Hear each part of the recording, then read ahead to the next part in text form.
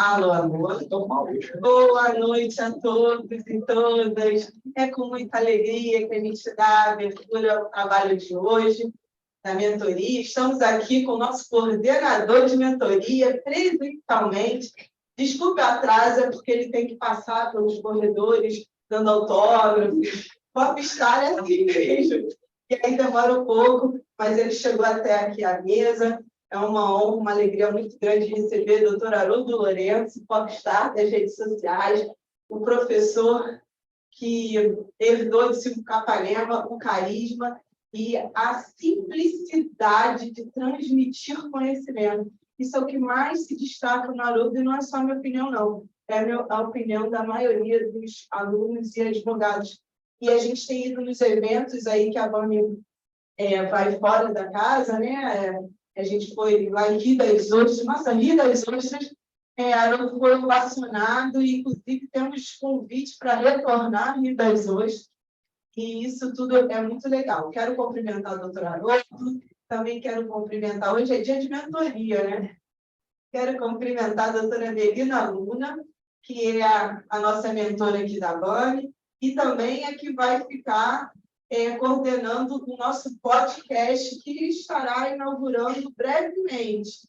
Já estamos gravando, começamos as gravações dos vídeos, ainda tem uma agenda aí de gravações, e que nós vamos montar a estreia e vai pular em breve. Acompanhe nas redes sociais. Gostaria de anunciar que eu fiquei guardando essa notícia, mas o Daniel Martins, meu vice-presidente, meu escudeiro, vocês não estão vendo ele aqui hoje, porque ele está fazendo um tratamento de uma pneumonia, mas ele está bem, está passando bem. A gente se fala todo dia de manhã, de noite, porque eu não vivo sem meu vice-presidente, e ele está muito bem. Deixei um abraço para todo mundo. E é isso. Então, passo a palavra para o Haroldo, vocês não estão aqui para me ouvir, estão aqui para ouvir o nosso popstar. Não, fala da doutora Melina, por favor, né? Isso não é mentira. A história emocionada é mentira total. É verdade, é verdade. Boa noite a todos, é um prazer estar aqui. E eu estou aqui também hoje como espectadora presencialmente, para ouvir aí os ensinamentos do professor Haroldo. Olha, gente, obrigado. Para mim é um prazer imenso estar aqui na Vani. Eu poder retornar. Eu nunca me afastei da casa, então estive sempre presente. Agora, tentando auxiliar na medida do possível a nossa querida presidente. Isso é mentira, não foi emocionado, nada. Essa gestão da presidente sempre se voltando, essa presença em massa aqui. E nessa circunstância que nós estamos fora tão bonita que está lá, seria um prazer vê-los, rever. Todo mundo tinha presencial, mas também já não uma satisfação, uma felicidade imensa ver a Salinha virtual, todo dia desse jeito assim. Não, imenso prazer ter um programa esse. Você foi elogiado. Está saindo, eu acho que está saindo, não, está saindo ótimo, né? Está ótimo. Então, acho que agora vocês estão correndo aí, no time de casa, eu não consigo ter um feedback de vocês jogando pelo computador, pela câmera, mas ela acabou levando muito aqui, como sempre.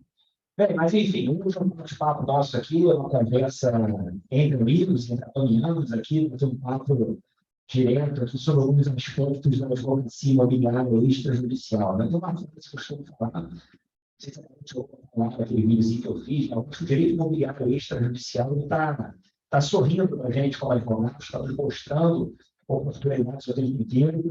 A gente está repleto de opções. Cada dia mais o ordenamento estimula mais soluções extrajudiciais de litígios, e parece que o direito imobiliário vem sendo sempre contemplado com essas mudanças, né? Então, esse material assim, eu vou colocar na galeria, vou já mandar para vocês também pelo Zoom, vocês já recebem aí, para compartilhando com vocês. Final tem nas redes sociais, me sigam, me acompanhem lá. Divulgação falar. Eu mandei pelo chatzinho, você já está escrevendo no chat. Eu não consigo ver todas as conversas por aqui, mas não quero ver tudo. Finalmente, eu vou carregar a Juliane, Luiz Augusto. Como é que acaba o pessoal? Estamos verificando. Como é que está funcionando? Direitinho? Está ouvindo? Então, tá. Depois vocês me falam, eu troco e a gente vai tentando bater um papo. Mas, enfim, não sei se a Carol deu um feedback. Fala com a gente aí no chat, né? Mas ela trabalha no céu também, que ela também deveria. Tem muita gente nessa sala, sabe? Você reconhece as duas nomes, que não são da Bambi, não são da Bambi, não. Só da doutora Emília, que evidentemente, clássica aqui da nossa querida Bambi.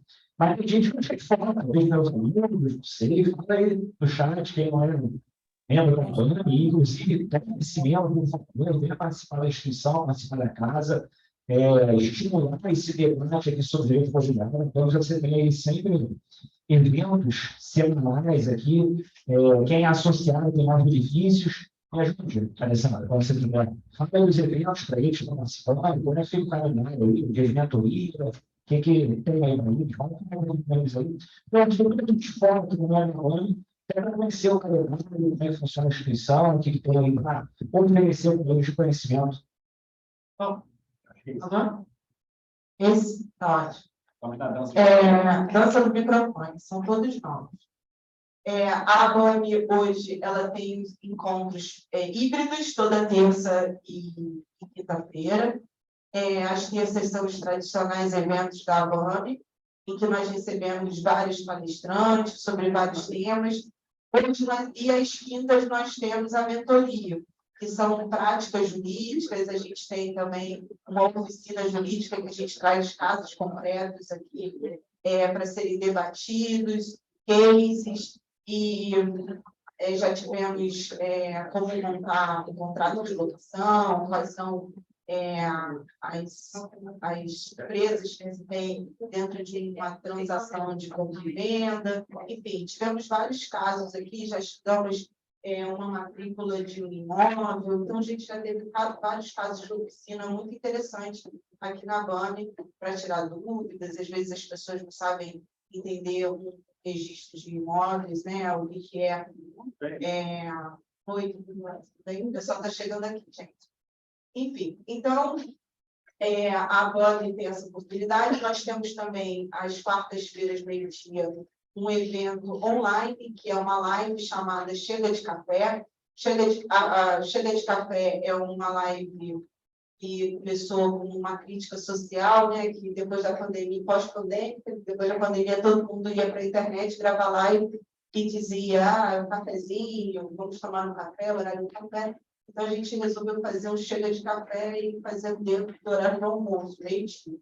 E sempre trazendo convidados consagrados no mercado imobiliário. Nós hoje temos 15 comissões temáticas. E 15 comissões temáticas porque a gente entende que o direito imobiliário não é apenas questões de compra e venda, ou questões locatícias ou questões condominiais. O direito imobiliário ele cuida do patrimônio. Quando a gente fala de patrimônio, a gente fala de direito sucessório, a gente fala de direito tributário e a gente fala de direito civil, de todas as outras matérias pertinentes que envolvem o patrimônio. Então, nós temos aí mais de 15 comissões temáticas de empreendedorismo jurídico, diversas. Então, quem quer conhecer a Bambi, venha até aqui, venha presencialmente. E a Bambi também tem uma grande peculiaridade para os nossos associados. Nós temos juristas aqui na Bambi que tiram as dúvidas sobre os casos concretos que os advogados associados passam em seus escritórios. Às vezes você tem um caso muito complexo que você não está conseguindo resolver, que você já foi no cartório, já conversou com várias pessoas, com outros advogados mais experientes, você não conseguiu resolver, e aí você traz aqui para a Bambi, que a gente para e pensa, raciocina, debate sobre o seu caso. E, geralmente, esses encontros acontecem no fim do ano, que é um evento que tem, geralmente, as últimas terças-feiras do mês, aqui na Bambi, em que nós debatemos sobre vários casos polêmicos, debatemos sobre julgados controvertidos, enfim, e é uma oportunidade muito boa de desenvolvimento para os nossos associados. E sempre todos os nossos eventos terminam com uma resenha. A Bambi tem sempre um lanchinho acolhedor para network, para as pessoas se conhecerem, firmarem parcerias de trabalho, tirarem dúvidas, e sempre é muito bom. Aqui é uma associação que não é rígida nos seus comportamentos sociais, né? Aqui é uma associação em que nós nos abraçamos e nos relacionamos como membros de uma família. Então, sejam todos muito bem-vindos e venham conhecer a BOMB. A gente aqui tem uma sede própria, uma estrutura enorme, um auditório para mais de 100 pessoas, temos uma biblioteca que todo dia agora está chegando, está sendo doado, a gente está de presente um livro novo. Então, venham conhecer a nossa biblioteca, temos um espaço de atendimento também, um co-work. Então, venham até aqui agora para conhecer a gente. E é isso. Uma coisa foi dessa, eu não falei nem os eventos que vão ser dessa semana, da nossa agenda, no final da palestra, aqui para falar, aproveitar o seu conteúdo, e não para comercial, né? Deixando para o final, marketing para o final. Cara, eu já tenho que achar dúvida. Como é que pode um negócio desse? Sem falar. Mas pode tirar dúvida também. Quer falar, não tem problema. Haroldo, isso é uma importante de falar. Aqui não tem esses protocolos rígidos que nas outras casas têm, né, Haroldo? Aqui nós somos todos informais, exatamente para a gente poder atingir esse objetivo desse estudo jurídico. Esqueci de falar, verdade. Todos nós, a lei é feita por advogado. Feita por advogado, se for advogado. Então, o propósito é exatamente esse. Se fica foi tradicionalíssimo, né? Então, a gente. Tem alguns, como a Alessandra falou, tem associados, tem equipe, já deve ter gente ouvinte aí, que vai querer fazer perguntas de casos concretos, e para a gente ter um retorno aqui na mesa. Mas, gente, vamos lá. Carol, tem uma última pergunta. Então, deixa eu responder essa pergunta agora. Você já pode? A outra se pode, mas então, vai perguntando aí, eu vou estar perguntando agora aí, só para a gente poder botar um grupo na casa. Então, essa pergunta. Eu também achei igual de resto. Eu posso fazer a aqui, aí a gente. Material então, para eles, por favor. Eu posso falar, mas só para ficar um negócio mais organizadinho. Gente, assim, a ideia que eu quis trazer é trazer para vocês, como eu anunciei, e eu não preciso ficar sentado aqui, não estou andando. Oportunidades na advocacia imobiliária extrajudicial. Eu acho que isso é muito pouco falado em todos os locais que você frequente do direito imobiliário. Você vai ter uma situação que você não escute falar desses assuntos. E a gente está mesmo assim. Então, eu separei para vocês aqui, são temas que cada vez mais a advocacia extrajudicial nos proporciona. Ninguém aguenta mais ficar no poder judiciário, a juização do estapião, que vai se arrastar durante 10 anos no judiciário. Se nós, como advogados, não começarmos a buscar outros caminhos, literalmente a nossa advocacia fica muito engessada, parada, totalmente. Aí eu falo o seguinte, não fiz mais, mas vou mencionar para vocês assim, algumas inúmeras mudanças que nós tivemos. Eu, por exemplo, e sei que muita gente vai conversar comigo aqui, eu tenho 18 anos de advocacia. Eu sou um tempo que nós íamos no cartório, por exemplo, fazia no cartório um termo um divórcio consensual, uma separação consensual. Hoje, eu vou falar isso para os advogados, jovens advogados que estão chegando, eles não sabem nem o que eu estou falando. E antigamente não existia, por exemplo, divórcio, separação em cartório. Então, hoje não. Hoje é tudo de maneira extrajudicial. E a partir daí, o que eu faço? Continuo. Para. Respondo.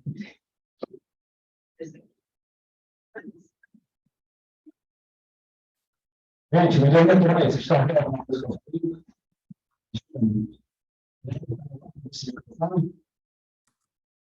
Essa mesmo? Eu estou vendo também. E aí, compreendendo. A saída do som de vocês aí, como é que está na transmissão? Piorou. Problemas, piorou. Não consigo entender as palavras. Eu tenho uma discussão bem ruim mesmo. Está muito ruim. É a minha primeira vez que vi essa associação, mas está muito ruim o som. Calma. Agradaremos. Vamos colocar aqui o microfone, vamos buscar outro microfone. Mais uma guerra. Vamos em frente. lá na frente tem um sinal verde. Fechar esse outro aqui. Esse está sendo. Obrigado. Entra aqui. Esse está sendo só melhor para vocês, mas esse agora, eu acho que agora está indo. Está dando um retorno para a gente. Mas vocês estão conseguindo entender o que eu estou falando? Eu comecei a aumentar aqui. Eu acho que está melhor. Então, não estou falando aí. Fica melhor. Mas vocês estão ouvindo melhor aí. Não está melhor. O professor ouve sempre super bem. Deve ser uma questão pontual. Que bom, obrigado. Tá? Não, tá dando um pouquinho. Está dando para ouvir, não, gente. Melhorou. Tem gente que Melhorou. Melhorou. Bota um fonezinho de ouvido também aí no computador de vocês. É um fonezinho que vai melhorar bastante. Está melhor. Melhorou um pouco. Melhorou um pouco. Está melhorando demais. Amém. Vocês são exigentes, né? Amém. o problema é que está cortando. Não, você não pode. Sim, exatamente. É porque você fala que não está vazando aqui. O microfone está captando o que você está falando. É isso. Entendeu? Sai aqui, eu estou vendo. Está captando o áudio que está aqui, né? Nossa. Não sei, vocês estão vendo bem? A gente continua, pode seguir. Então, eu vou seguir. Bota passar a para mim. Falar devagar, porque tem para algumas pessoas está cortando. Eu já venho escritório da outra vez e percebi isso naquela reunião. Está sendo ótimo, tá? Peraí. Liga não, porta presidente, tá? Você vai me tirar aqui, liga não. Está passando. Não, Liga todo dia.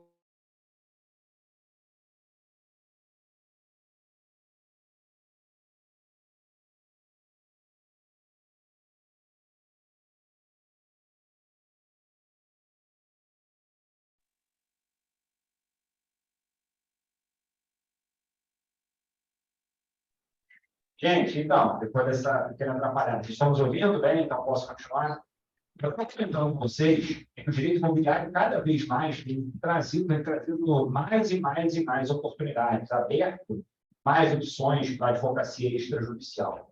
Fiz um comentário, uma brincadeira, não sei se todos pegaram ou teve essa falha de som aí. Eu sou no tempo da advocacia que você fazia, por exemplo, divórcio consensual obrigatoriamente no judiciário. Então, veja que absurdo. Você tinha que ir para uma vara de família ajuizando um divórcio consensual para chegar, às vezes, no balcão do cartório para tomar por termo nos autos daquele divórcio. Isso já se vão mais de 15 anos atrás. Então, a galera que está chegando agora na advocacia, evidentemente, não conhece essa história. Hoje, nós temos um mundo de opções, um mundo de alternativas, vou colocar a próxima tela para vocês aí, e são opções altamente rentáveis, atrativas para a nossa advocacia, desde a época lá do divórcio partilho. E aí eu chamo a atenção para vocês, começando agora literalmente a falar do tema da matéria, vocês conheçam, tá? As resoluções do CNJ, por exemplo, e do respectivo Tribunal de Justiça de Segundo Atuado. O que acontece, gente? Essas atuações extrajudiciais, geralmente, elas não estão regulamentadas, por exemplo, no CPC, não estão regulamentadas numa lei especial. Você vai ter que saber o caminho para resolver isso por meio dos atos normativos dos tribunais.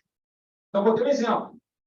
Não é exatamente o nosso caso aqui, mas às vezes o direito imobiliário você tem que fazer a partilha dos bens do casal para regularizar o imóvel. Onde você vai encontrar disciplina sobre a realização de divórcio e partilhas extrajudiciais. Resolução 35 do CNJ. Inventário extrajudicial, onde você vai encontrar regulamento. Resolução 35 do CNJ. Você baixa isso na internet, ele vira um manual para a atuação de uma advocacia extrajudicial. Você vai precisar desse material, estava explicando o que você tem que conter, o que não pode conter, como é que você partilha o patrimônio, como é que você não partilha o patrimônio, o que pode ser feito. Muitas vezes você vai encontrar nessas resoluções caminhos, atalhos para resolver o problema do seu cliente. Vou mostrar um pouco disso no desenvolvimento da nossa conversa aí. Por exemplo, o artigo 16 da resolução 35, que eu mesmo mencionei agora, ela traz ali uma situação, uma hipótese interessante. Falando a seção de direitos hereditários. Imagino que todo mundo já enfrentou um caso desse na sua advocacia. Muito comum os herdeiros não terem patrimônio, bens, para tocar e impulsionar um inventário. O que eles acabam fazendo? Acabam, por exemplo, fazendo uma seção de direitos hereditários. É uma forma de você alienar o patrimônio. Veja, se você não conhece a resolução, o artigo 16 ela fala que o cessionário tem legitimidade ativa para fazer um inventário extrajudicial. Então, por exemplo, se foi feita uma cessão dos bens do falecido para a menina, ela passa a ter legitimidade ativa com base nessa cessão de patrocinar um inventário extrajudicial. É uma forma, talvez, de regulamentar, né, de regularizar melhor, né, o patrimônio. Escritura declaratória de extinção de união estável. Então, você pode fazer extrajudicialmente, muito comum no dia a dia. Alienação extrajudicial de bens. Olha o que eu mencionei. As normas regulamentadoras dos tribunais. Olha isso aqui. Movimento da Corregedoria de Justiça do Rio, 77, 2022. Autoriza vender um bem durante o inventário. Veja, não é cessão de direitos hereditários. É alienação. Tudo extrajudicial. No meu tempo, a única maneira que nós tínhamos de vender um bem do inventário, do espólio, era mediante alvará do processo do inventário. Hoje, você tem possibilidades extrajudicialmente ir ao cartório e fazer a operação imobiliária imediata. Vou falar para vocês um momento mais rapidamente aí, você tem algumas opções. E, finalmente, as duas grandes novidades, os dois mecanismos que nós temos hoje recentes, que é o capitão extrajudicial e a adjudicação compulsória extrajudicial. Como não dá tempo para a gente falar disso tudo, eu listei aqui, depois a Luana vai disponibilizar para vocês esse material, pode compartilhar com todo mundo, então, não precisa ficar nervosa, anotando, tirando foto da tela, dando print, não precisa, vocês vão receber isso tudo aqui. Mas eu separei, eu estou vendo ali que a Maria está anotando umas coisas tirando foto, eu já vi, viu? Se for receber uma material prontinho lá, tranquilo. A trabalhadora extrajudicial, veja, ela é apenas identificada na Lei de Registros Públicos, artigo 216, letra A da 6.015, e, de novo, sem dúvida, isso aqui é um caminho para você resolver seus problemas administrativos. Como resolver isso extrajudicialmente? A audiência está regulamentada no provimento 65 de 2017 do CNJ. A adjudicação compulsória extra ainda não tem regulamentação no CNJ.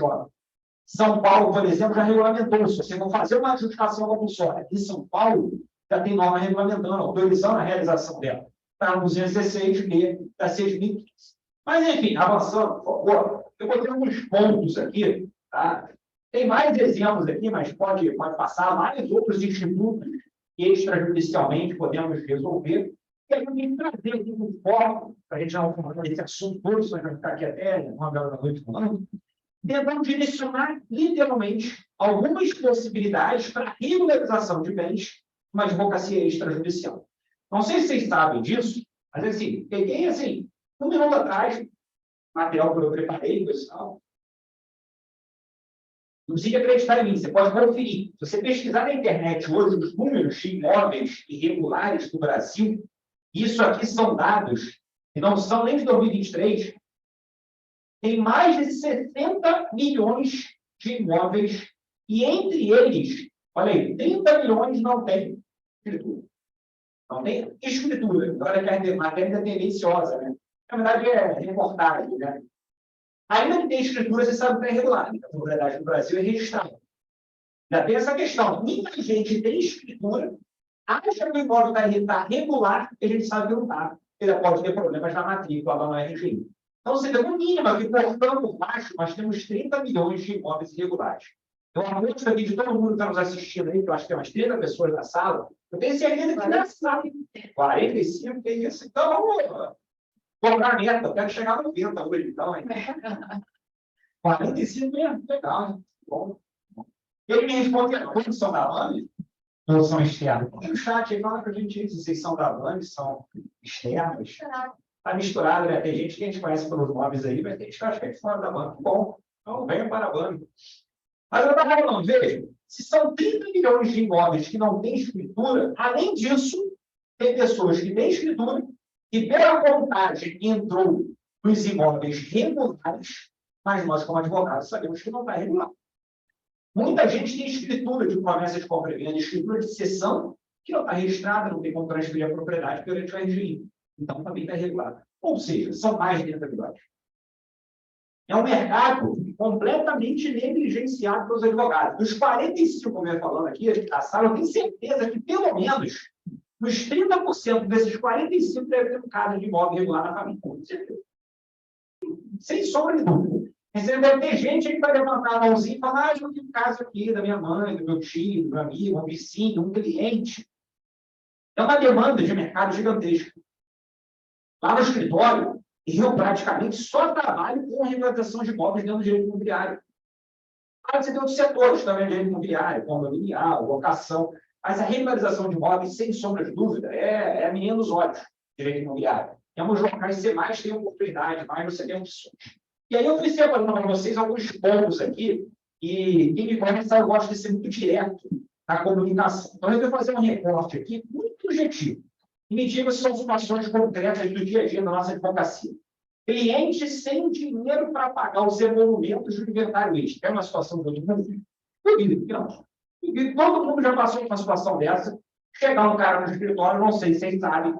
Aqui no Rio de Janeiro, por exemplo, os emolumentos são as despesas pagas dos cartórios de notas, de registro, de ITD, seja que for, não chama de custas, chama de emolumentos. E no Rio de Janeiro, a tabela está uma piada, está altamente majorada, excessiva, está assustadoramente alta. Isso é impeditivo. Seu cliente chega até você querendo fazer um inventário. A verdade é o seguinte: ele é um dos herdeiros, ele não tem dinheiro para pagar os seus honorários, não tem dinheiro para fazer a escritura de inventário e vai ter problemas na hora de pagar o ITB. Então, você, como advogado, vai ter que fazer malabarismo. E o nosso trabalho, não tem solução. Eu vou ajuizar um inventário judicial e pedir gratuidade. Eu sei que você pode ter pensado nisso. Só que é o seguinte: eu vou resolver esse inventário aqui 3, 4 meses. Você vai ajuizar em 3, 4 meses, lá na vara de órgãos de sucessões, talvez porque a gente tem o mesmo despacho. As varas de órgãos de sucessões aqui no Rio, a gente sabe que não andam, se arrastam. Né? Órgãos de sucessões. E fazenda pública, nada acontece. Se você, como advogado, não criar meios para resolver essas questões, e daí você tirar honorários que você receber, a gente sabe disso, mas olha só. Você sabia que é possível pedir gratuidade de justiça para a prática de atos perante os cartórios? Claro que tem um cartório, vai gostar disso. Ainda bem que não tem nenhuma tabeliana dando palestra junto comigo hoje, porque evidentemente vai torcer a cara para mim. Eu estou divulgando essas informações, sabe, tipo a caixa preta, escondido isso. E agora você vai encontrar na placa, né, entrar no cartório, fazemos inventário com gratuidade. Você vai esperar uma informação que dessa. Se você falar com alguém, o cara vai fechar a porta na tua cara. Mas você, advogado, tem que dar teu jeito. Continuando, resolução do CNJ. A gratuidade prevista na normativa de pedir escritura de inventário, partilha, separação, divórcio. Então, vamos. Mas como que eu vou obter a gratuidade lá no cartório? Você vai fazer um requerimento, você é advogado, você faz tudo escrito, petição, contra-cheque, imposto de renda, comprovando despesas, o cara tem 5 filhos, plano de saúde, não sei quantos filhos no colégio, não sei o que, paga pensão, não tem solução. Da mesma forma que você obtém gratuidade no processo judicial, você tem que expor a situação econômica do cliente. Mas esse brado para você. Olha aqui, o artigo 7º da resolução, eu já mencionei, 35 do CNJ. Para a obtenção da gratuidade, pontuada nessa norma, basta simples declaração dos interessados que não possuem condições de arcar com seus emolumentos, ainda que as partes estejam assistidas por advogado constituído. Mas sabemos que essa parte aqui é meio mentirosa. Convenhamos. Se você requerer a gratuidade com a minha petição só afirmando que o planinho é hipossuficiente, é óbvio que ninguém vai deferir. Petição devidamente fundamentada, por favor. Então, não tem como você pedir gratuidade, por favor, jogar para ver se corre, porque não vai colar. Nem juiz defere gratuidade assim, muito menos o tabelião ou registrador. Requerimento fundamentado. Por favor, explicado. O requerente do inventário, que quer ser nomeada como inventariante, deixou bens tais, ela ganha tanto imposto de renda, comprovante de rendimentos, contra-cheque, etc., e tem tais despesas. Nesse sentido, requer gratuidade, com fundamento no artigo 6º e 7º da resolução 35 do CNJ. Só você apresentar um requerimento assim, já vai ser analisado com outros órgãos do cartório. E veja, às vezes, o cliente não tem grana para pagar os emolumentos, mas você já consegue espremer e pagar seus honorários advocatícios. Você faz um bom contrato de honorários travando que no final da partilha, um percentual do patrimônio você vai receber, você pega honorários do início, pega um percentual no êxito no final, você está abrindo caminho.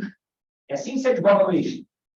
Da mesma forma que você tem que cruzar e cabecear no processo judicial hoje, todo mundo está cansado de saber que não adianta protocolar, tem que ir lá no cartório, tem que fazer balcão virtual, tem que pressionar o processo andar. Se você não pressionar, não funciona, você tem que desbravar caminhos também de uma advocacia extrajudicial.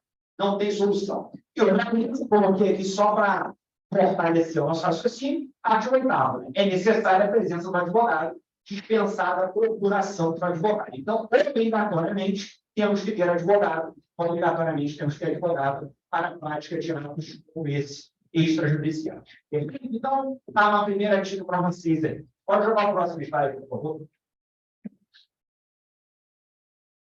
Oi. Olá. Tem uma pessoa pendente aí para ser admitida. Admite aí, ó. Natália, admitida. Bota ali em cima. Pedindo aqui. Isso. Pronto. Ó, cliente sem dinheiro, mais uma sala, mais uma contabilidade aí. 41, era para chegar a 90, vocês estão caindo. Ó, aqui no Rio, tem alguns favores, começaram a divulgar agora aqui, aumentando a possibilidade de parcelamento do ITD no Rio de Janeiro, notícia correndo aí de 24, que era o limite de parcelamento, foi para 48 vezes. Mas olha só, eu vou falar dessa parcelamento daqui a pouco. Olha essa hipótese. Cliente sem dinheiro para pagar o ITCMD, o famoso ITD, né? Imposto na causa morte, doação. Olha isso aí. De novo, artigo 308A do provimento da Corregedoria do Rio. Rio. Então, veja, o TJ do Rio tem um provimento estabelecendo essa questão que eu vou colocar para vocês. Olha aqui. É possível a alienação por escritura pública de bens integrantes do acervo hereditário, independentemente da organização judicial, como eu comentei agora há pouco. Mesmo sem o famoso alvará que nós pedimos no juízo do inventário, que às vezes pode demorar 6 meses, um ano para você conseguir obter, hoje você tem autorização no Rio para alienar extrajudicialmente o imóvel por mês. E aí vem para a estrada do pagamento do ITD. Olha aqui, ó. Requisitos. Totalidade do imposto de transmissão causa morte sobre a integralidade da herança. Eu não brindei de nada. Vamos lá. Fulano morreu, foi dessa para melhor. Deixou uma casa para fazer o inventário. A casa, 500 mil. Herdeiro não tem condições de pagar o ITD desse negócio. O que vai acontecer? A doutora Alessandra vai comprar mais uma das inúmeras casas e mansões que ela tem, ela vai comprar essa. Só que o seguinte, o preço do imóvel está avaliado, 500 mil. Como ela o ITD, tem uns 500 mil, abate o preço e ela paga o ITD. É operação imobiliária, qual o problema? Resolve diversos questões. Você termina o inventário, faz a compra e venda, todos os herdeiros recebem o livro no final. É uma forma. Tem gente que é investidora. A imobiliária funciona muito desse jeito. Tem gente que compra imóveis para revender em situação irregular, para que ele assuma o passivo de fazer a regularização. Sem nenhum problema. Requisito. Totalidade do valor do imposto. Faz o valor do imposto. Entra lá na CEPAI, secretaria, calcula, vê qual o valor do imposto, emite aqui e já apresenta no cartório. Olha, Fulaninho já está preocupado, fulano lá deixou os bens a serem inventariados, a avaliação do bem hoje é tanto, estou com a doutora Alessandra, que ela quer comprar o óbvio e ainda quer pagar o imposto. Parece o herdeiro no cartório, vai ser feito uma escritura. E olha aqui, depois do prévio dos emolumentos devidos para a lavratura do inventário extrajudicial. Tudo num ponto só. Você vai fazer uma operação, digamos assim, casada. Como assim, Haroldo? O comprador está se comprometendo, amortizando do preço, evidentemente, a pagar o ITD e pagar a despesa da escritura do inventário. Então, você faz a escritura do inventário e a compra e venda. Tá bom? Depois leva tudo a registro, transfere a propriedade. Não sou eu que estou inventando. Provimento do Rio, ensinando isso. Cartão não tem como usar. Você chegar com uma prova de normas e ele não queira lavar, Corregedoria de Justiça do Rio. Tem um provimento assinado autorizando. Que raio o cartão vai fazer? Cartão é interessante fazer, cara. São duas escrituras, tá? Escritura de inventário e escritura de compra e venda. É claro que é interessante fazer para ganhar dinheiro com isso. O dinheiro vai entrando naquele cartão e ganha com isso. Uma segunda oportunidade. Vou botar para aí. Eita, boa. Setinha, olha aí. Eu mencionei agora aí, ó. Olha essa notícia aqui, ó. 17 de abril. Hoje a gente tinha 5 de maio, 4 de maio, sei lá, 4 de maio, aqui, ó. Tem um mês. Novidades no parcelamento de TD do Estado do Rio de Janeiro. Agora você tem estadual, tem Estado do Rio. Olha aí, ó. Anota. Internet. O famoso doutor Google, vai lá, ó. Decreto estadual número 48.468 de 2023. Nós somos advogados, trabalhamos com lei. Pega o decreto, ele regulamenta como funcionará o parcelamento. Se você entrar no site da Secretaria de Fazenda, tem um link para o parcelamento, como você requer, como você obtém. Não tem complicação, você vai resolver isso direto no próprio site. Olha isso. Trouxe os contribuintes do Estado do Rio de Janeiro a possibilidade de parcelamento de créditos relativos à incómodo de transmissão após a morte, ou doação, eletrônico. Você lembra que você faz. Lembra vocês dois aí, né? Não quiseram vir aqui para a banha, para o Rio do Rio, estou aqui falando para a querida Maria e várias cadeiras vazias e vocês de casa. Com câmera fechada, deitadas aí, né? Tirando onda, eu aqui falando. Vocês fazem eletronicamente. Ó. O decreto introduziu importantes mudanças na quitação dos pagamentos relacionados ao imposto, aumentando de 24 para 48 vezes o prazo do pagamento do imposto, parcelamento, perdão. Você parcela o imposto. Outro caminho para você traçar dos seus clientes. Como sabe, outro, como fica difícil para o cliente lá e pagar lá o ITD, né? Então você tem outra possibilidade de parcelamento aí. Mais uma. Terceira, mencionei mais cedo, a nossa famosa seção de direitos hereditários. Essa já é clássica, né? Eu acho que é até muito conhecida, todo mundo conhece. Quando o sujeito morre, tem a famosa abertura da sucessão. Juridicamente chama que é a SASIM. O cara morreu, subiu no telhado, passou dessa para melhor, abriu a sucessão. Todos os bens, direitos e obrigações dele se transmitem para os seus herdeiros. Na hora. Isso é uma criação legal, uma ficção jurídica, digamos assim. E a esses bens nós chamamos de espólio. É a herança deixada pelo cara, como um condomínio indivisível. Até a partilha dos bens. Lembrando que partilha quando o cara morreu e deixou vários herdeiros, ou carta de adjudicação se deixou um herdeiro, sim. Mas fato é, desde o momento que o cara morreu até a hora da partilha, temos a herança. E aí, só é possível fazer a cessão dos direitos hereditários. Não tem que fazer como vender na casa do espólio. Para vender na casa do espólio, o imóvel, uma cerca hereditária, a vara judicial, com os meios que eu mencionei agora há pouco. Fora isso, tem como. Mas aí, os herdeiros podem fazer uma cessão de direitos hereditários? Podem. Muito bom. Vai chegar no cartão de morte e lavrar uma escritura de cessão de direitos hereditários. O que nós temos para atenção tem muita gente da AME também, que é advogado, que é administrador de imóveis, de corretora, que é corretor de imóveis. Deve estar me ouvindo aí também, aí sabe muito bem disso. Muito comum imobiliárias colocar imóveis à venda que estão na pendência do inventário.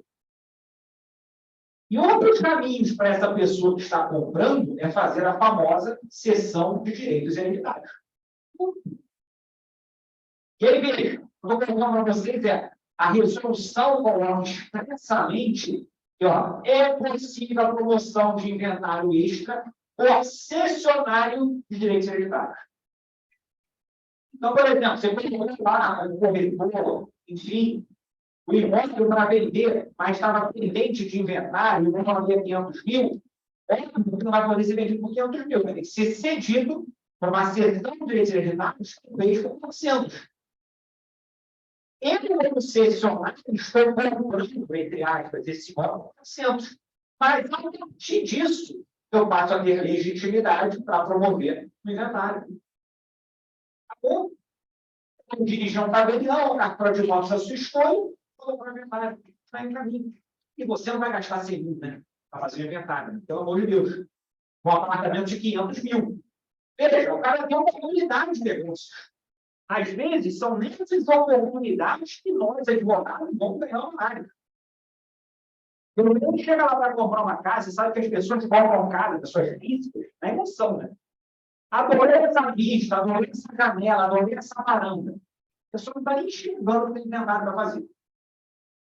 Você é advogado, vai auxiliar nessa operação, vai ser feita a cessão de direitos hereditários, você vai deixar essa margem de dinheiro, era 500 mil, o cara colocou 400, 420, 430, você tem uma margem de 70 para pagar inteiro, fazer o inventário para pagar nossos queridos honorários advocatícios. Se a pessoa vai ser feliz com a casinha dela. Acabou. Resolvido. Já vai ser a escritura de partilha, de acordo com a sessão, em nome do cessionário. Já vai registrar diretamente isso perante o RGI. É uma outra hipótese, não mais uma das possibilidades que eu vou colocar para vocês aí. Não me lembro uma atenção, mas já estou mais ou menos acabando, não quero tomar o tempo de vocês, falando demais aí. Quarto ponto aí, famosa usucapião. Eu vou falar um pouquinho daqui a pouco com vocês que é o usucapião extra. Apesar de todo mundo conhecer, ouvir falar no usucapião, saber já, está muito popular, que ela pode ser feita extrajudicialmente, tem mais de 5, 6 anos que já existe o usucapião extrajudicial no nosso ordenamento, mas muita gente tem dúvida sobre isso. Muita gente só escuta falar, mas não sabe fazer. O que mais eu vejo é essa situação que eu vou nesse julgado aqui. Então, digamos assim, eu estou falando e estou gravando. Julgado STJ, 2018. Veja essa situação, é uma situação de outro mundo, não é uma coisa normal. Florino morreu, 4 filhos, um filho fica no imóvel do falecido.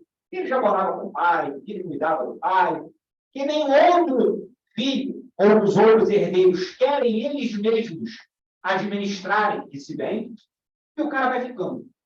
E fica, 2 anos, 5 anos, 10, 15, 20, 30, sozinho, cuidando daquele imóvel. Não foi feito inventário, nunca se fez nada. E ele exclusivamente faz a manutenção daquele imóvel. Ele pode usucapiar? Pode. Veja, é um dos assuntos hoje mais falados na jurisprudência, que os juízes já consolidaram, pelo menos desde 2018. Olha aí, o senhor está falando, é a ministra Nancy Andrighi. É possível a recorrente pleitear a declaração da prescrição aquisitiva ao capião. Ele deve falar no seu irmão, o herdeiro. O irmão usufruía também ou o irmão. Na verdade, dos dois, né, da herança. Tem, obviamente, observado os requisitos para a configuração do usucapião extraordinário. Veja bem o exemplo, tá? Não existe usucapião durante o inventário. Se está sendo feito inventário, os herdeiros estão exercendo posse. Esquece. Ah, o inventário tem 10 anos. Não me interessa. Está se arrastando por morosidade do judiciário. Mas pode ter usucapião? Claro que não. Nesse caso, não. Olha o exemplo que eu dei. Nenhum dos herdeiros fez inventário. É outra situação, outro cenário. E o possuidor, um dos herdeiros, estava na posse exclusiva. Posição bem tranquila da jurisprudência. Mostrei para vocês de julgar. Outra situação também, e muitos advogados também têm dúvidas sobre isso, é sobre o testamento, né? O testamento é daquelas matérias que todo mundo estuda lá na faculdade, todo mundo conhece. Existe um estigma entre as pessoas, não sei se a palavra correta é essa, mas existe uma cultura, geralmente de pessoas um pouco mais idosas, não sei se é televisão, né? Não, ela tem uma cena lá de fulano deixou um testamento, vamos abrir um testamento. É chique, né? Sei lá. Tem gente que acredita piamente que se ela fez um testamento, quando ela morreu, tudo resolvido. Não resolveu nada. Aí ele gerou mais confusão ainda. Esconde o testamento, não sei o quê, uma confusão danada. Muito desconhecimento. Falta de planejamento sucessório, total. O testamento aliado com outras técnicas pode ser muito interessante. Não é o que as pessoas fazem. As pessoas fazem um testamento lá, desculpa a expressão, né? Escarrada do espírito de qualquer maneira, e sai achando que está tudo resolvido. Primeiro, quando o sujeito deixa o testamento, primeiro, tem que ter uma ação. E pouca gente conhece que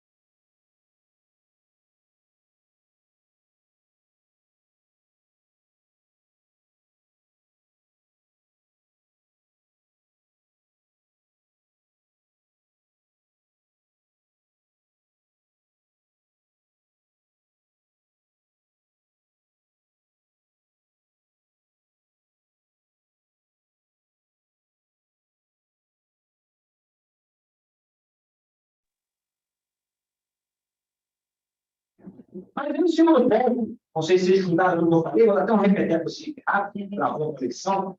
Mas não foi só aqui, não, foi em outros lugares. Não O sei. pessoal está falando no chat aqui. Entendi. Mas veja, tem um negócio aqui, o detalhe. Eu estava comentando de testamento, né? Muita gente tem isso na cabeça, por desconhecimento, que o fulano deixou o testamento tudo resolvido. Não é. Vai ter que procurar um advogado que vai ajuizar uma ação judicial, a chamada RAC, registro, abertura e cumprimento de testamento. Uma ação judicial. Milhões de vezes mais rápido que o inventário. Uma ação simplosa, simplérrima. Petição inicial, o juiz vai ouvir o Ministério Público, se apresenta o testamento judicialmente, pede o MP, o juiz vai avaliar as formalidades do testamento foram cumpridas, sentença homologando com o final acabou. Ele autoriza você registrar o testamento, né? Acabou. Alguns que eu fiz esse ano, ajuizei no comecinho do ano, abril, terminou. Para tempo do judiciário, 4 meses é muito rápido. O judiciário tem um tempo diferente do nosso, né? Você vai lá com o processo terminou em 4 meses, é achado, super sonho. Você dá entrada, é cumprir. Isso é um ponto. Segundo ponto é o seguinte: pela lei, vocês estão vendo aqui, o artigo 610 do Código de Processo Civil, uma condição, aliás, são 2 condições impeditivas para se fazer inventário extra. Qual? Havendo testamento ou interessado incapaz. Então, são 2 condições que impedem a realização do inventário extra. Mas eu quero te mostrar um negócio. Até o interessado incapaz, alguns estados estão relevando já. Mas vamos falar sobre o testamento. Depois do testamento ter sido cumprido, ser feito o procedimento que eu mencionei agora há pouco, registro, abertura e cumprimento do testamento, já se autoriza a realização do inventário extrajudicial. Posição bem tranquila. Pronto aqui, ó, enunciado 600 do CJR, havendo registrado judicialmente o testamento e sendo todos interessados capazes e concordem com seus termos, não havendo conflito de interesse, é possível que se faça o inventário extra. Está tendo. Tem advogado que acha que, por ter testamento, o inventário sempre tem que ser judicial. Errado. Como a gente brinca, está deixando dinheiro na mesa. Está perdendo oportunidades. você podia cumprir o testamento rapidamente, com várias órgãos e sucessões, concluindo parte do inventário extra. Ainda que seja um pouco mais trabalhoso, mas a culpa não é sua, é um cara que deixou um testamento, feito isso, você parte e faz o inventário extra. Enunciar o dever de fundo, do Brasileiro de Direito das Famílias, e o nosso STJ.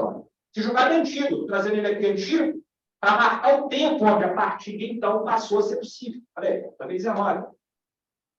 Para leitura rápida aqui, onde vai ser possível inventário extrajudicial, ainda que exista testamento, se os interessados forem capazes e conformes estiverem assistidos por advogado, desde que o testamento tenha sido previamente registrado judicialmente ou haja expressa autorização judicial do juízo competente. Então, veja, ter testamento não é impeditivo para você fazer o inventário extrajudicial. Beleza? E aí, uma dica que eu dei para vocês, caminhando para o final já, sétima situação que eu dei para vocês, é uma das mais recentes. É a chamada adjudicação compulsória extrajudicial. É uma novinho, fresco, recentíssimo, tá? Foi introduzido no nosso ordenamento pela medida provisória 1085. Convertida em lei pela 14382 de 2022. 14382 é a famosa lei que introduziu no Brasil, SERP, Sistema Eletrônico de Registros Públicos, e traz algumas outras novidades. Então, você tem ali uma questão interessantíssima. A lei visa transformar eletrônico, né, os registros imobiliários no Brasil inteiro, coisa e tal, mas, independentemente disso, a lei trouxe a possibilidade de se fazer uma adjudicação compulsória totalmente na via extrajudicial. Para quem não está lembrado, a ação de adjudicação compulsória é aquela ação utilizada quando eu tenho uma promessa de compra e venda. Então, você me fez uma promessa de compra e venda, você é o promitente vendedor, eu sou o promitente comprador. Quando que no preço pago integralmente essa promessa, eu passo a ter o direito real à aquisição. Aquisição de que? Da propriedade plena, porque eu tinha só a promessa. Em condições normais de temperatura e pressão, era para você, promitente vendedor, assinar comigo a escritura definitiva, eu transferir a propriedade na RGI. Só que a vida não é assim. Quando o vendedor não queria assinar a escritura, colocar entraves, vendedor sumir no mundo, e você ficar numa situação delicada. Entrar no escritório, ações de adjudicação compulsória estão tramitando há anos. Eu, então, né, um querido e famoso fora da barra. Nada anda, nada acontece. Está lá, se arrastando fora da barra. Você tem promessas de compra e venda que elas exigem que você promova uma adjudicação compulsória. Olha aí. A norma do artigo. A redação compõe a lei de registros públicos. Artigo 216b de bola, da 2015.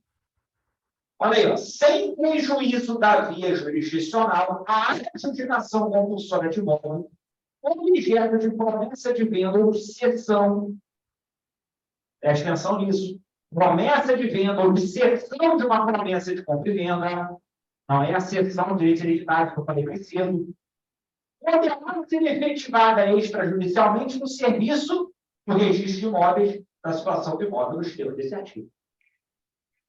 Basicamente, o que você vai fazer? Eu tenho uma promessa de compra e venda, sou promitente comprador, que tem o preço, virei o promitente vendedor, falei, olha só, vamos fazer a escritura definitiva, você está seu ponto. O que eu faço? Eu notifico, você continua inerte. Eu ponho um cartório de notas, lá vem a chamada ata notarial. O cara vai se fazer da sua fé pública e vai dizer, ó, realmente, o aluno tem um preço de compra e venda. Realmente, o aluno apresentou os recibos de quitação do preço. Realmente, o aluno ficou promitente comprador, ele ficou inerte. Bom, acabou a notarial. Pega essa notarial, foi no RGI, da competência, da circunscrição, né, desse imóvel. Pronto. Vou dar início ao procedimento de adjudicação compulsória extra. O registrador vai oficialmente notificar o promitente comprador para que em 15 dias se bonitão se manifeste. Por que você não quis fazer a gestão definitiva? O registrador tem autonomia de avaliar o justificativo. É um procedimento totalmente documental. Eu tenho a promessa de compra e venda, tenho a prova da quitação. Não tem como surgirem alguns debates daquilo. Ele não pagou. Aqui o documento de pagamento. Só se ele ligar a falsidade do documento. Aí tudo bem. Vai escalar a competência no registrador. Mas para você tem circunstâncias idôneas. E comprovem concretamente no pagamento. Feito isso, veja, o registrador vai transferir a propriedade plena diretamente na RGI. Veja isso. Procedimento. Você realiza todo um cartório. Você regulariza a propriedade imobiliária do sujeito totalmente. Você transforma ele que tinha aquela mera aquisição, aquele direito expectativo de ter a propriedade, uma propriedade plena. E aqui eu trago outro caso. Oitavo. Também trazido pela mesma lei, tá? Medida provisória 1085, convertida para 14382 de 2022. O cancelamento extrajudicial do registro de compra e venda. Olha que interessante. Quando eu tenho uma adjudicação compulsória extra, evidentemente, a principal pessoa que vai utilizar uma adjudicação compulsória extra é o promitente comprador. Eu, promitente comprador, que tem o preço, o promitente vendedor que faz gestão definitivo. Bom, agora ao contrário. Eu sou promitente vendedor. Você, promitente comprador, não está me pagando. Quem vai me permitiu? Eu, promitente vendedor, te notifico. Livre-distribuindo ele mora. Você está devendo. Eu te mando uma notificação dizendo só, não, você já atrasou 2 meses. 15 dias para você prorrogar essa mora, caso você não cumpre, eu vou ao RGI e vou cancelar o registro da promessa de compra e venda que eu fiz para você. Ou seja, a propriedade regressa plenamente para mim. Ele cancela o seu direito real à aquisição. Some. Acaba. Tá. Em caso de falta de pagamento, o cancelamento do registro do compromisso de compra e venda será efetivado em conforme dispõe desse artigo. Parágrafo grande, eu vou dar uma lida rápida aqui.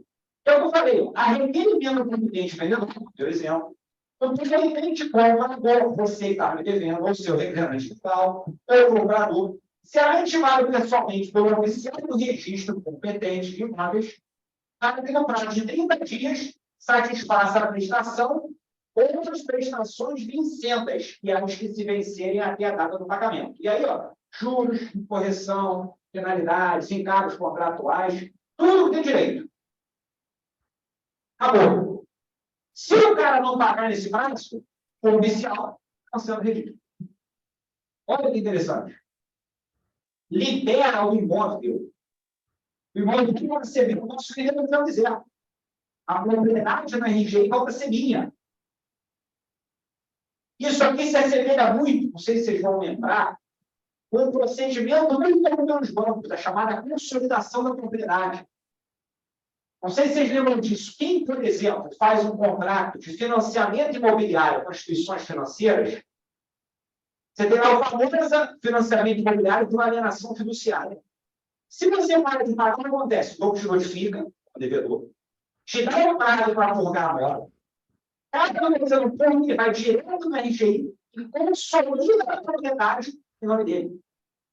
Vamos colocar a propriedade para ele. Ele, instituição financeira, ele é banco fiduciário. E ele leva embora a leilão para pagar seus prejuízos. Muito comum de acontecer isso.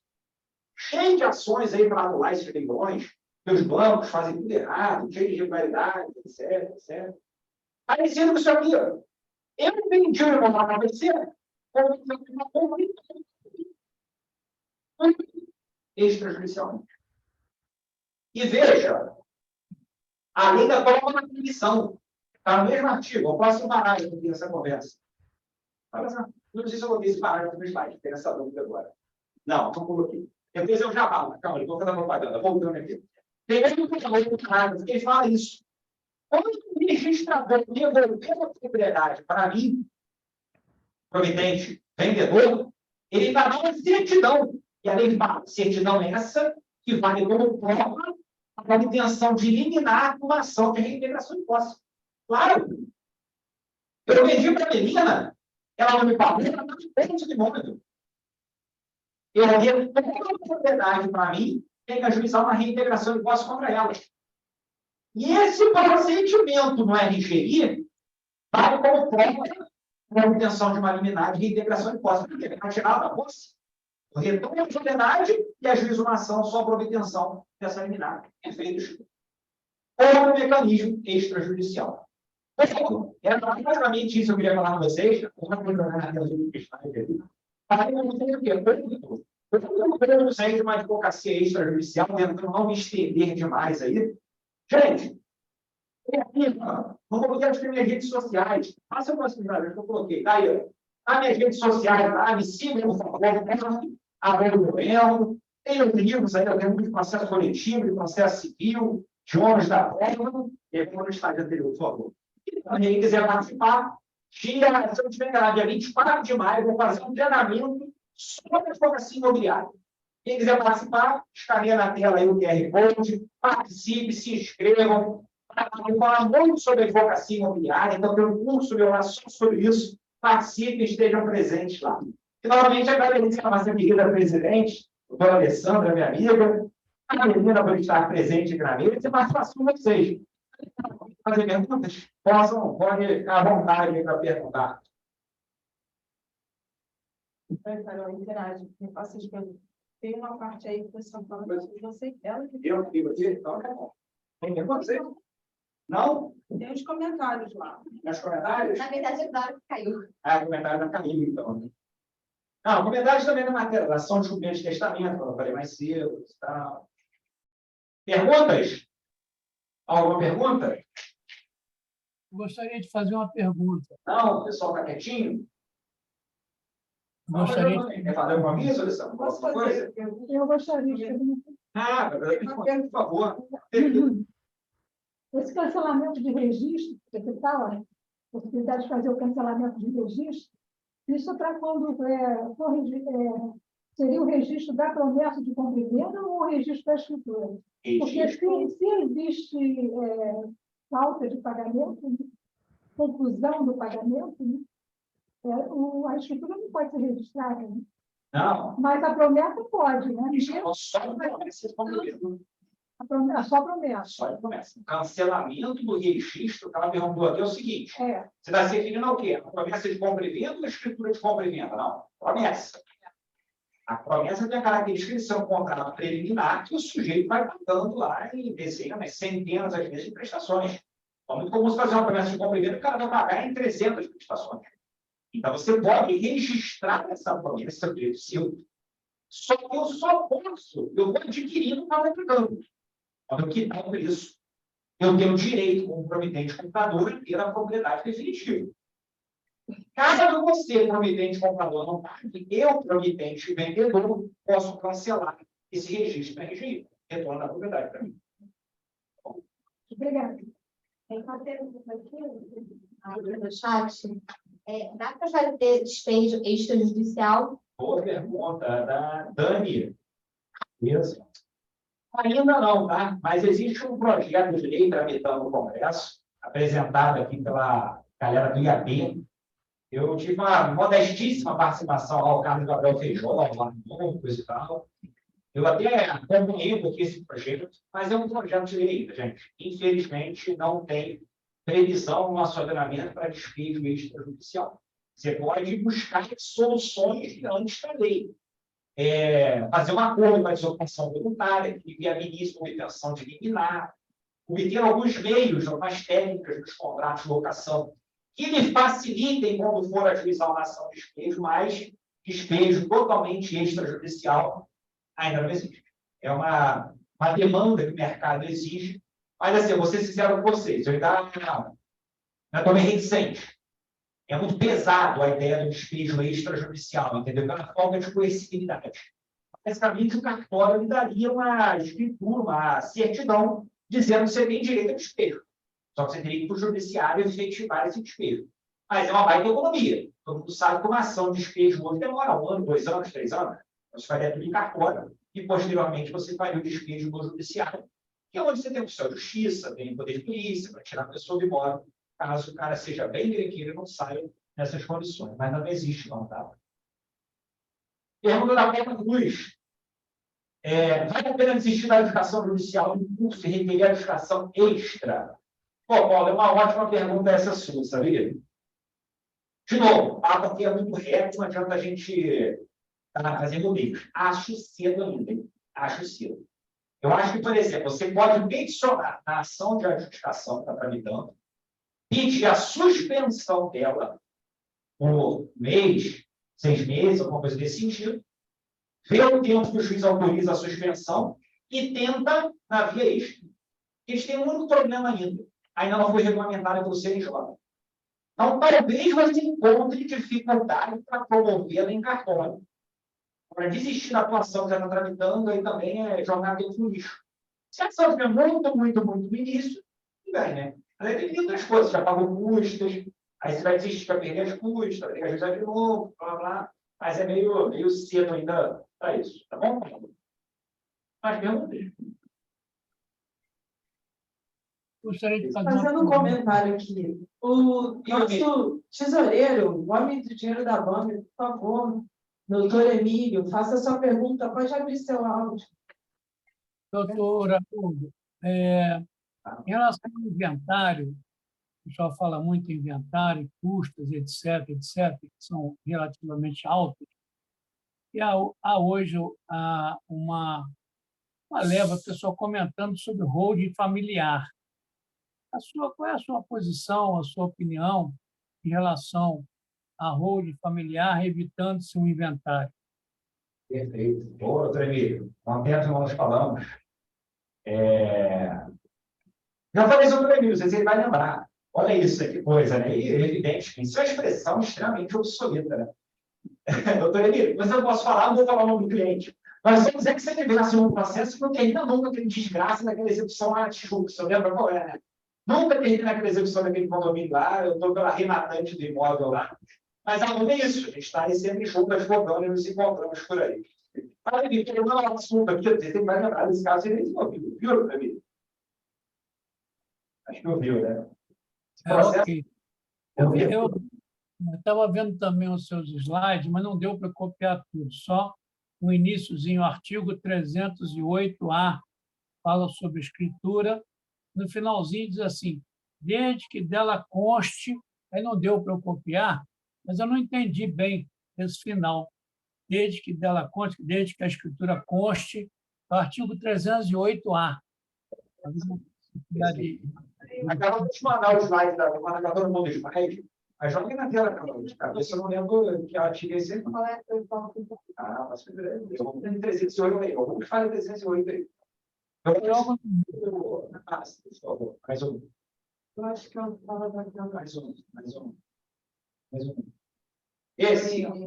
Isso aí, esse finalzinho eu não entendi. Se controla o pagamento, com mais o preço. Lembra o exemplo que eu dei, Felipe? Vamos falar mais da roupa também, tá? O apartamento estava avaliado em 500 mil. Só que tinha que fazer o inventário e nenhum herdeiro tinha condições de fazer o inventário. Doutora Alessandra ia comprar o apartamento. Ela vai fazer as contas. Quanto que ela entendia? Sei lá, chutando, tá? 70 mil. Quanto que é a escritura de inventário? 20 mil. Opa, 70 com 20, 90. Ao invés da doutora Alessandra pagar, essa cara aí é conta não, 70 com 20, 90, advogado já não conta em cálculo. Eu só não entendi por que você não fez 50, e mais 50, 100. Era mais fácil. Também só tem advogado, né? Todo mundo está lendo as perguntas, quando não ouvir no celular e telefone. Mas, enfim, vou pegar um exemplo, então. O imposto era 20, 25, a escritura 25, 50 mil, não tem como errar. Ao invés dela pagar 500 mil no imóvel, ela paga 450. E consiga na escritura que ela paga o interesse, ela paga a escritura de inventário. Acabou.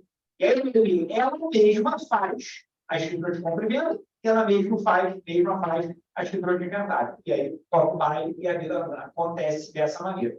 A grande vantagem disso é que você não depender daquele famigerado alvará judicial na vaga das sucessões. Vai do juiz, conclusão, blá, blá, e aí mesmo.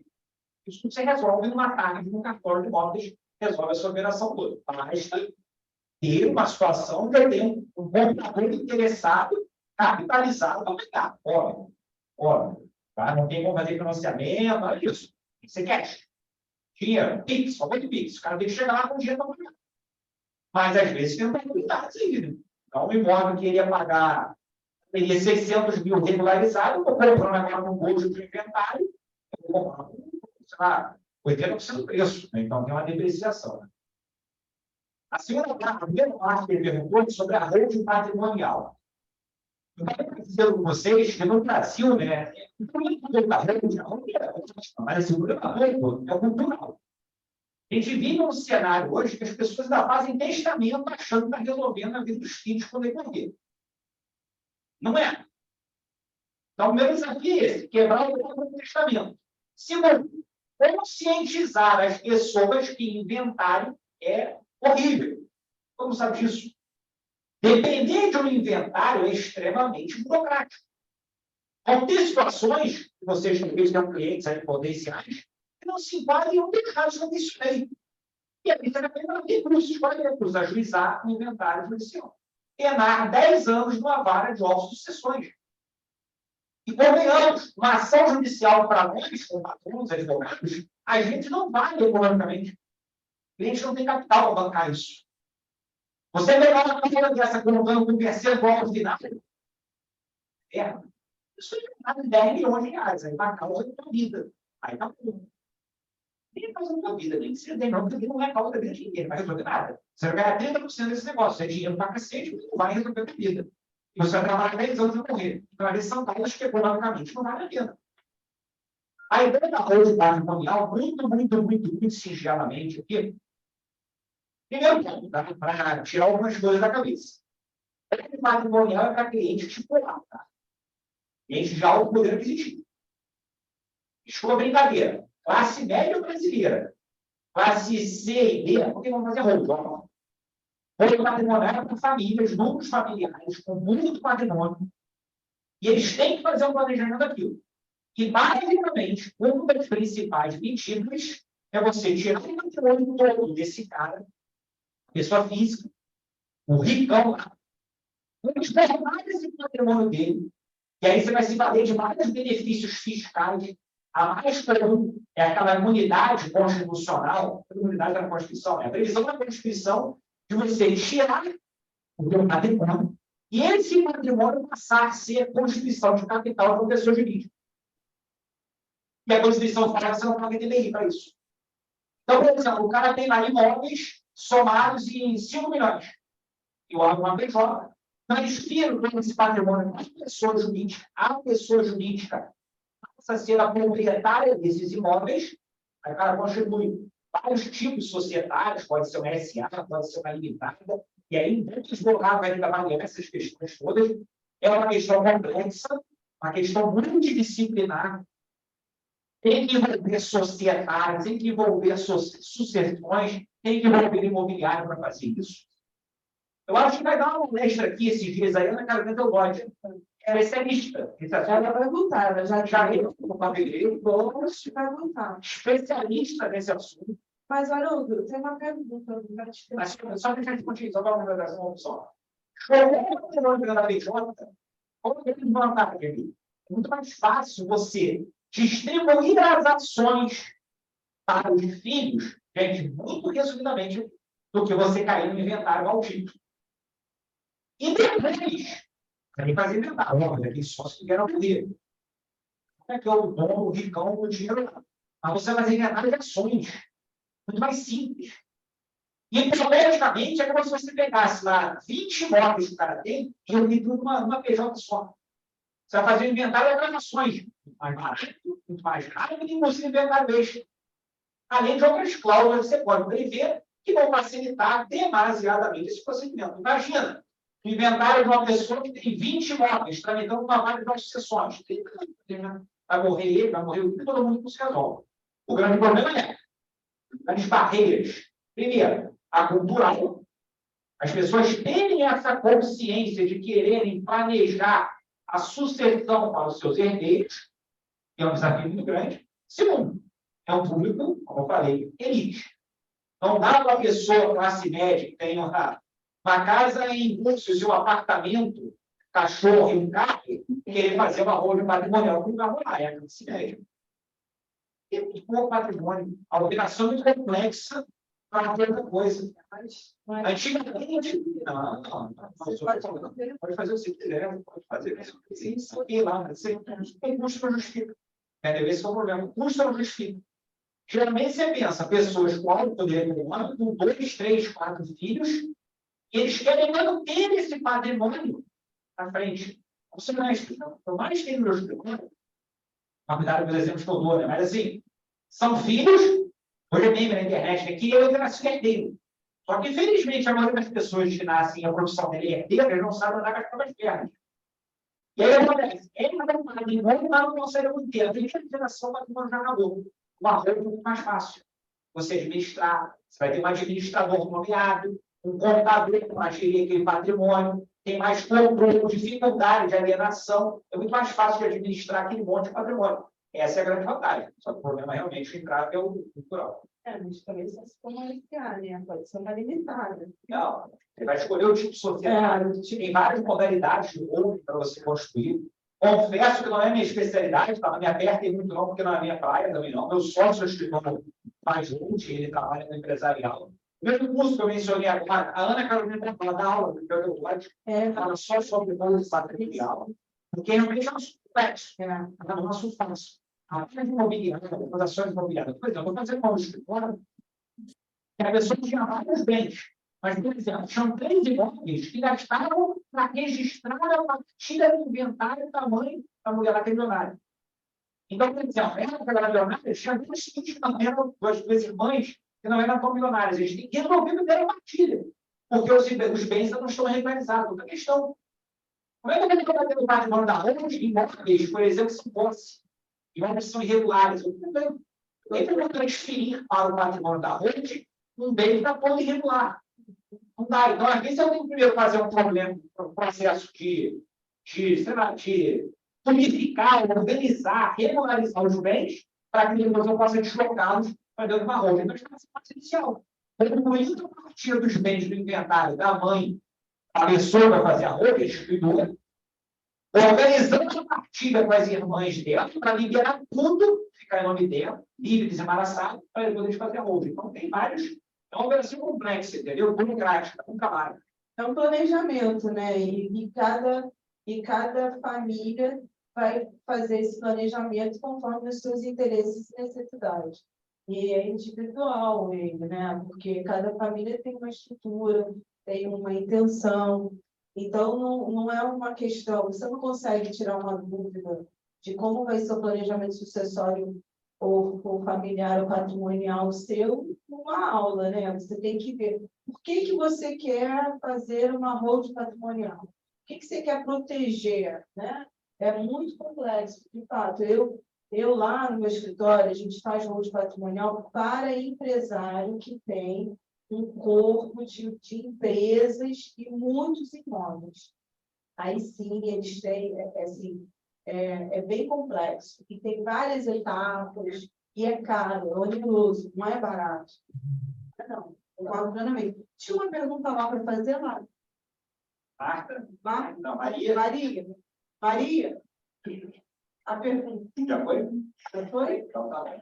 Haroldo, eu tenho, assim, 3 coisas para falar da adjudicação, né? Para comentar aqui, para você também trazer também um pouco do debate aqui antes da gente finalizar.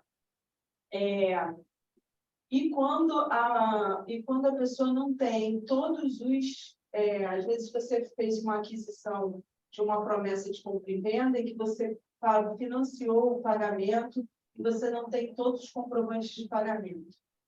Como que pode... E nem tem o termo de quitação final, né? Então, você tem alguns pagamentos, mas não tem todos. E aí? problema, é um problema sério. É ônus, assim, já é aquela frase mais conhecida da faculdade, né? Quem paga mal, paga mal. E quem paga mal, paga 2 vezes.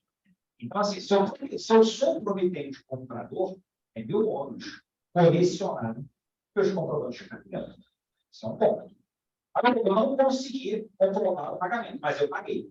Você tem que dar um jeito de ter outras provas. Não sei se você vai ter Uma documentos. certidão de que não existe ação de cobrança, né? Porque não Facilita tem muito. litígio. Mas ele não comprova o pagamento, só comprova que não tem litígio entre as partes. Assim, você vai ter que ter outros meios de prova. Algum tipo de indício de provas para você provar. O próprio vendedor reconhecer isso judicialmente, prova testemunhal, a prova pericial, por exemplo, o juiz pode oficiar. Você está provando que pagou, paguei na conversão. Tem que ter uma exibição de alguma coisa, verificar a movimentação bancária, vai barrar os sigilos, né? E aí, provavelmente, você não tem como cair uma adjudicação compulsória extrajudicial, que essa discussão é muito complexa para trabalhar com o PRGI. Uma tese que tem crescido de maneira muito forte, mas não é unânime ainda, é o seguinte: se eu sou prometente comprador, digamos, a última parcela minha venceu em 2000. Tem tanto tempo assim, né? Venceu em 2010. Nós estamos em 2013. Tem 13 anos nessa história. É óbvio que esse crédito da promessa já prescreveu. E aí eu poderia ajuizar uma ação judicial para declarar a prescrição do seu crédito e, incidentalmente, obter a adjudicação. Mas isso não é pacífico, não. Tá? Tem julgados na STJ autorizando, mas tem magistrados ainda que não conseguem. Mas se o cara não tem regulamentação, ele está muito demorado. Ele vai pensar outros caminhos. Ou pensar na estratégia de provar a prescrição, ou até pensar numa hipótese de uso campeão. Outra também, se a empresa tiver falido ou tiver encerrado suas atividades, não tiver mais no mercado, você não tem mais como localizar a empresa. Boa. Assim, 2 coisas que acontecem na adjudicação compulsória. Por exemplo, quando eu contrato de trato sucessivo é muito longo, 2 coisas são muito comuns de acontecer. Eu comprei da pessoa física. Um contrato de 360 meses. É muito provável que aquela já morreu esse cara. É óbvio. Né? Então, assim, seria um problema. Qualquer pessoa física não tem solução. Você vai ter que ajuizar uma adjudicação compulsória em face dos bônus, representada pelo inventariante ou pelos seus herdeiros ou administrador provisório. Se a empresa faliu, aí a gente tem que organizar. A falência é falência mesmo. A falência depende do processo judicial que eu reconheça. Ou a empresa simplesmente desapareceu do mercado. Essa é uma questão. Se houver falência, processo judicial é mais fácil. Você vai até esse processo. Nesse processo tem que ser nomeada uma pessoa que represente aquela massa falida, o administrador judicial, o síndico, enfim, a pessoa que gerencia aquele patrimônio da massa falida.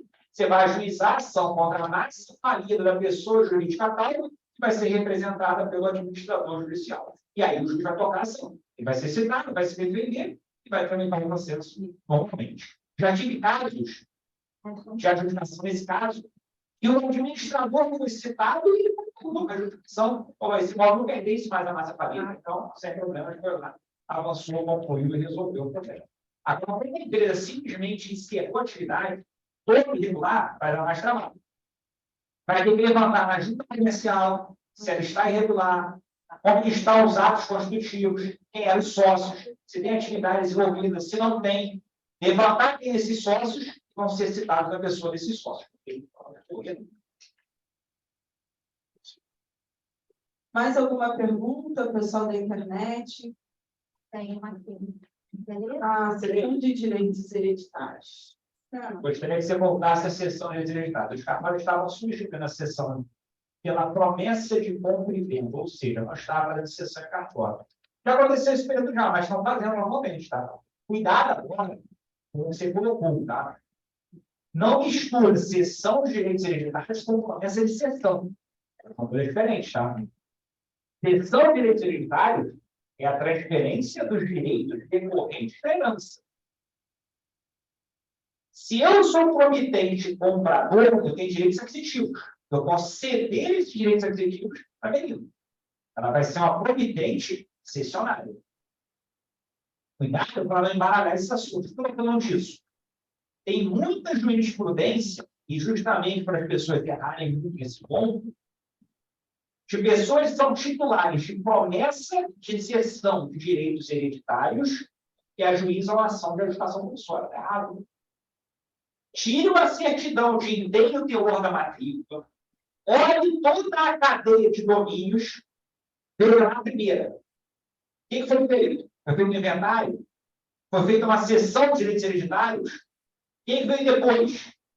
O destino natural da cessão de direitos hereditários é o inventário, não é a adjudicação. Se ajuizar a adjudicação com base em cessão de direitos hereditários ou promessa de cessão de direitos hereditários, vai ser extinta, tá? Então vai perder o processo. Foi. Então, agora eu passo a palavra para a doutora Melina Luna para fazer os anúncios da nossa agenda da ABAME. Quem ainda não conhece a ABAME, está sendo convidado a vir aqui, acompanhe a gente nas nossas redes sociais, porque, como vai dizer a doutora Melina, a gente tem uma agenda super interessante para o mês de maio. Bom, gente, nas terças-feiras, são as terças jurídicas da ABAME.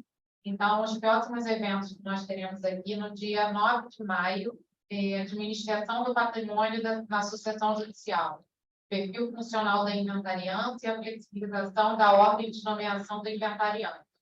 As informações vão ser divulgadas depois aqui pelas nossas redes, tá? Dia 16 de maio, inovações tecnológicas no direito, com o Dr. Walter Capanema. Dia 26 de maio, direito de laje e o condomínio simples, conceitos e instrumentalização, doutora Maria Emília Urari. E nas quintas-feiras, né, o dia da nossa mentoria aqui, a próxima mentoria vai ser no dia 11 de maio, vai tratar sobre aspectos práticos do usufruto com a doutora Cláudia Wilson. Dia 18 de maio, os efeitos das últimas alterações na legislação condominial, assembleias eletrônicas, sessão permanente, mudança da destinação, doutor Marcelo Borges. E no dia 25 de maio vai ser comigo a mentoria da advocacia autônoma ao escritório. Espero vocês, hein? Estamos cheios de palestras interessantes, não deixe de acompanhar a ABAME. Nós recebemos aqui também desembargadores, outros juristas, também tabeliões, eles têm vindo aqui na ABAME, então venha tirar as dúvidas presencialmente e venha fazer parte da nossa mentoria, em que o doutor Haroldo é coordenador. É bom porque você fica pertinho dele, aqui você tira dúvida, tira a casquinha, e ele fica dando toda a atenção possível. Não perca. E é isso. Agora a gente vai fazer a entrega dos certificados e dou por encerrado o evento de hoje. Desejo a todos uma boa noite, agradeço a presença de todos no meio virtual e também no meio presencial. Um abraço. Doutora Janaína vem nos visitar, doutora Margarete também, doutora Carolina Gonçalves, doutora Ana França, doutora Aline Nunes, você não queria os nomes? Doutora Marcele Pires, doutora Melissa, Milena, doutor Pedro Henrique, venham todos nos visitar na ABAME. Quero também agradecer a presença do nosso conselheiro, doutor Marcelo Cipribal, aqui presente, o nosso associado, doutor Antônio Augusto, e a todos os demais. Não fiquem chateados se eu esqueci de alguém. Um beijo bem grande, uma boa noite para vocês.